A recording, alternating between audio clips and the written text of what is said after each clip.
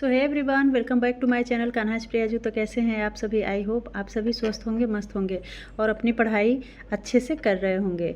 तो चलिए मैं बताती हूँ कि आज मैंने क्या टारगेट बना कर रखा है और मैंने जो कल टारगेट बनाया था वो मेरा पूरा हुआ कि नहीं।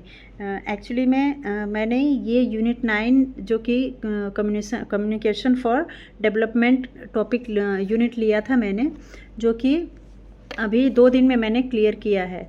एक्चुअली में क्या है कि बहुत जल्दी जल्दी पढ़ने से अच्छा है कि आराम से 2 दिन लिया जाए और जो कि माइंड में अच्छे से फिट हो। और बहुत जल्दबाजी में बहुत सी चीज़ें हैं जो कि माइंड में अच्छे से नहीं जा पा रही है, इसलिए मैंने सोचा है कि चलो 2 दिन लिया जाए, लेकिन आराम से सब पूरा किया जाए और अच्छे से जो कि समझ में आए ब्रेन में, है ना।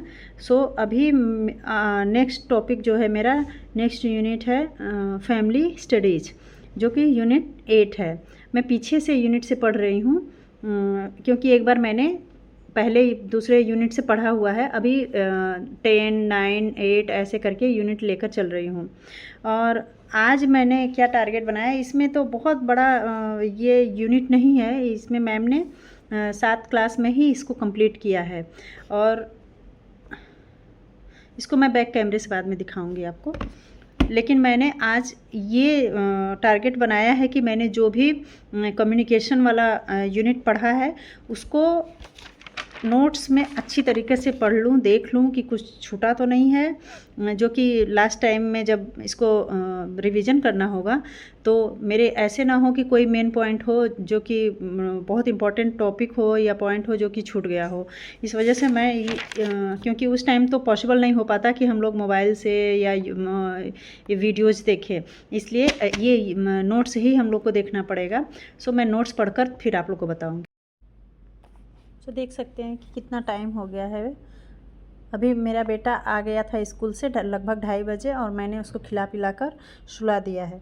उसके बाद तो जब वो सो गया है फिर मैं आई हूँ अपना नोट्स पढ़ने के लिए। मैं वो पिछला जो भी वीडियोज़ में यूनिट 9 देखना था, मैंने सारी वीडियोज़ देख डाला है और जो भी कुछ उसमें छूटा हुआ था उस मेरे नोट्स में, उसको मैंने आज प्रिपेयर किया है। कुछ चीज़ें जो कि बहुत इम्पोर्टेंट थी और उस टाइम नोट्स में नहीं हो पाया था, सो इस टाइम मैंने पढ़ा है और उसे भी ऐड किया है। क्योंकि हर बार जब नेट का एग्ज़ाम होता है तो कुछ नए नए शब्द, नए नए क्वेश्चंस आते ही रहते हैं। सो जब भी मैम लोग पढ़ाती हैं या हम लोग क्या करते हैं, प्रीवियस ईयर पेपर देखते हैं तो उसमें कुछ टॉपिक्स, कुछ क्वेश्चंस नए भी पूछे जाते हैं। सो जब हम नोट्स प्रिपेयर करें तो उसके साथ ही उस क्वेश्चन को भी लिख लें, समझ लें, ताकि जब लास्ट मोमेंट पे एग्ज़ाम्स के 10 दिन पहले या जब भी आप रिवीजन करें लास्ट मोमेंट वाला, तो आपको कुछ छूट ना जाए। इस वजह से इस नोट्स को अच्छे से प्रिपेयर करके रखना पड़ेगा। और उस टाइम पॉसिबल नहीं हो पाता है कि वीडियोज़ या मैम की क्लासेस देखें, क्योंकि बहुत टाइम टेकिंग हो जाएगा। नोट्स तो हम 1 घंटे में भी एक यूनिट अच्छे से रिवीजन कर लेंगे और बीच बीच में रिवीजन करते रहेंगे तो फिर हमारे माइंड को हम अच्छे से ये बैठता जाएगा हमारे माइंड में। और इस वजह से मैं बार बार नोट्स को देख रही हूँ। वैसे मैं कल से नेक्स्ट वाला यूनिट पढ़ूँगी जो यूनिट 8 है, फैमिली स्टडीज़। वो बहुत ही छोटा सा यूनिट है और उसे भी कंप्लीट कर लूँगी। बहुत ज़्यादा उसमें टफ़ कुछ नहीं है, ऑलरेडी मैंने पढ़ा हुआ है, जिसमें type of marriage, type of family, यही सारी चीज़ें हैं और अप्रोचेज भी है। सो चलिए मिलते हैं नोट्स को प्रिपेयर करके, फिर आपसे बात करेंगे। सो आइए मैं बता रही हूँ कि पेपर 1 में कौन कौन से सब्जेक्ट होते हैं। फर्स्ट सब्जेक्ट होता है हमारा ICT, सेकेंड है रिसर्च, थर्ड है कॉम्प्रिहेंसन, फोर्थ है लॉजिकल रीजनिंग, फिफ्थ है मैथमेटिक्स, फिर है रीजनिंग, सातवां है DI, जिसे डेटा इंटरप्रिटेशन कहते हैं, DI शॉर्ट में। और ये है PDE, people development and environment, ये है 8 सब्जेक्ट। और 9 है हायर एजुकेशन, और ये कम्युनिकेशन 10, और टीचिंग एप्टीट्यूड 11। सो इतने सारे सब्जेक्ट्स होते हैं पेपर 1 के लिए।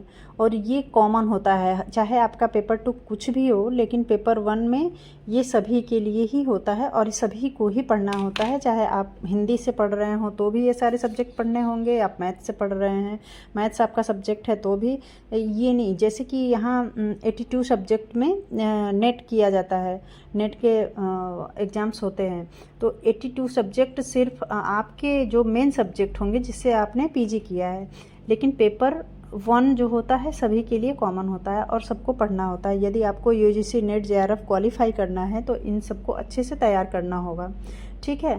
सो इतनी जानकारी आपको कैसी लग रही है? इसमें 50 क्वेश्चन, नंबर ऑफ क्वेश्चन 50 आते हैं, जो कि 2 मार्क्स के होते हैं एक क्वेश्चन। सो 100 मार्क्स की ये पेपर 1 होता है, ये भी बहुत ही इम्पॉर्टेंट है। और पेपर 2 के लिए मैं बताती हूँ, इसमें फर्स्ट यूनिट है food science and food service management, and second unit है nutrition and dietetics, and third unit है टेक्सटाइल, फोर्थ है अपीरियल डिज़ाइन, फिफ्थ है resource management and consumer issues, 6th unit है हाउसिंग एंड इंटीरियर डिज़ाइन, और 7th है child and human development, 8th है family studies जो कि इस टाइम मैं पढ़ रही हूँ, इसके बाद 9th है communication for development, and 10th unit है extension management and community development. So ये सारी चीज़ें हैं। आप भी एक सिलेबस अच्छे से, अगर हिंदी में समझ में आता है तो हिंदी में, इंग्लिश में समझ आता है तो इंग्लिश में, वैसे दोनों रखेंगे तो काफ़ी अच्छा होगा, क्योंकि इंग्लिश में कुछ चीज़ें, हिंदी में कुछ चीज़ें समझ नहीं आती तो इंग्लिश में वो चीज़ थोड़ी सी ईजी हो जाती है। इस वजह से मैंने दोनों ही सिलेबस रखा हुआ है अपने पास। सो आप भी जो चीज़ें हिंदी में ना समझ में आए तो इंग्लिश में देख लीजिए, और इंग्लिश में टफ लगे तो हिंदी में देख लीजिए। सिलेबस मस्ट है आपके पास रखना, और इसी के अनुसार आप टॉपिक देख करके ही आपको सारा प्रिपरेशन करना होगा। सो है एवरीवन, अभी आप लोग को क्लियर हो गया होगा कि यूजीसी नेट जेआरएफ के लिए कौन कौन से सब्जेक्ट्स पढ़ने हैं हमें, और कौन सा कॉमन सब्जेक्ट होता है, जिसके लिए कि आपको 11 सब्जेक्ट्स हैं जो कि आपको प्रिपेयर करना होगा, जिसमें कि नॉर्मली जैसे कॉम्प्रिहेंशन को अलग कर दीजिए तो नॉर्मली 10 ही यूनिट है, 10 ही सब्जेक्ट है जिसको कि हमें पढ़ना होगा, और बड़े ही मन से आपको तैयार करना होगा, तभी जाकर यूजीसी नेट जेआरएफ क्वालिफाई होगा। क्योंकि आज नेट जेआरएफ की फाइनल रिजल्ट भी आ गया है, फाइनल आंसर की आ गई है। सो काफ़ी हाई उसका कट ऑफ गया है। सो हमें बहुत ही मेहनत करने की ज़रूरत है और बहुत ही डेडिकेशन के साथ पढ़ने की ज़रूरत है, जिससे कि हम क्वालिफाई कर सकें। और जो लोग फर्स्ट टाइम ये फर्स्ट अटेम्प्ट दे रहे हैं उनके लिए ही मैं ये मोस्टली बताना चाह रही थी कि कौन कौन से सब्जेक्ट आते हैं, क्या क्या पढ़ना होता है, पेपर 2 में क्या होता है और पेपर 1 में क्या होता है, और क्या होता है पेपर 1, क्या होता है पेपर 2। दोनों एग्जाम्स एक ही साथ होते हैं और एक ही साथ सीबीटी मोड में खुलते भी हैं। आप चाहे पहले पेपर 2 कर सकते हैं सॉल्व, या तो पेपर 1। और ये सारी चीज़ें जो कि फर्स्ट अटेम्प्ट मैं देने गई थी तो मुझे बिल्कुल भी नहीं पता था, मैं बहुत ही परेशान थी। मेरे सराउंडिंग कोई भी नहीं था जो कि नेट जेआरएफ पढ़ रहा हो या दिया हो। सो मैं किसी से हेल्प भी नहीं ले सकती थी, इसीलिए मैंने ये कोर्स परचेज किया था। यदि आप नहीं कोर्स परचेज कर पा रहे हैं तो आपको मैं हेल्प करने के लिए यहाँ रेडी हूँ। और कैसे पढ़ना है, क्या करना है, यदि आप बैच लेकर पढ़ना चाहते हैं तो अच्छी बात है, पढ़िए। और नहीं पढ़ना, अगर आप बैच नहीं परचेज कर सकते तो आप यूट्यूब से सर्च करिए, और कुछ बुक्स हैं जिन्हें मैं बता दूंगी और उससे आप पढ़ सकते हैं और अपनी प्रिपरेशन को अच्छे दिशा में ले जा सकते हैं। बहुत ही मेहनत और डेडिकेशन के साथ तैयारी करने की ज़रूरत है। So thank you so much, bye bye. मैं नेक्स्ट वीडियो किस टॉपिक पे लेकर आऊँ कमेंट करके बताइएगा। और यदि आपको टीजीटी पीजीटी होम साइंस के लिए भी जानना है कि क्या सिलेबस है और कहाँ से टीजीटी पीजीटी की तैयारी करें और कैसे तैयारी करें, ये यदि जानना है तो कमेंट करके बताइएगा। मैं नेक्स्ट वीडियो इसी पे लाऊंगी। और मेरा वीडियो कैसा लग रहा है, थोड़ा भी हेल्पफुल लग रहा हो मेरी ये वीडियो या मेरा ये ब्लॉग, तो आप लोग मेरे चैनल को सब्सक्राइब कीजिए, लाइक कीजिए, शेयर कीजिए, और जो भी प्रॉब्लम हो, जो भी चीज़ें हो उसे कमेंट करके ज़रूर बताइए। सो चलिए मिलते हैं नेक्स्ट ब्लॉग में, तब तक के लिए बाय बाय, राधे राधे।